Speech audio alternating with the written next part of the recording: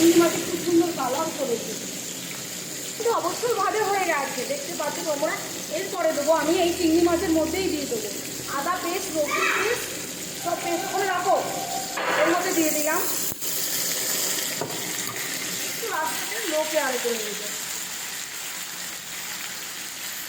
পেস্টগুলো দিয়ে দিলাম, তাতে দিলাম পোস্ত বাটা আর কাজু কিশমিশ বাটা 1 চামচ।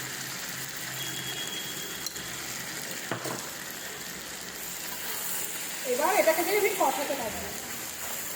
যখন তেলটা ছেড়ে যাবে তখন হালকা একটু জল দেবো, আর তোমার কোকোনাট পাউডারটা দেবো, আর একটু ফ্রেশ ক্রিম দেবো।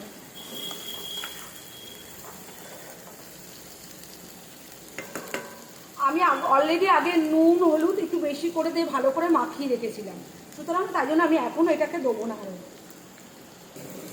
এতে আমি হালকা একটু লঙ্কার গুঁড়ো দেবো, অলরেডি লঙ্কার গুঁড়ো বেটে দিয়েছি, মেজে দিয়েছি, আর একটু ধনে জিরে গুঁড়োটা দেবো।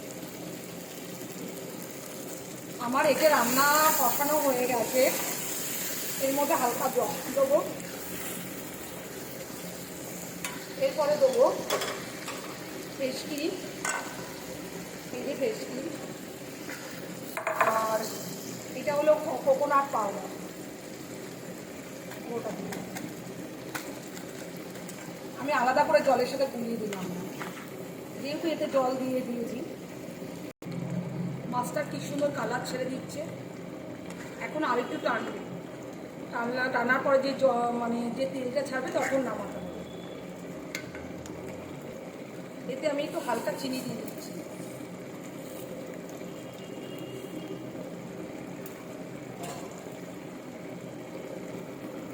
এটা আবার নামানোর মতন প্রস্তুতি হয়ে গেছে। এবার এতে গরম মশলা দেবো,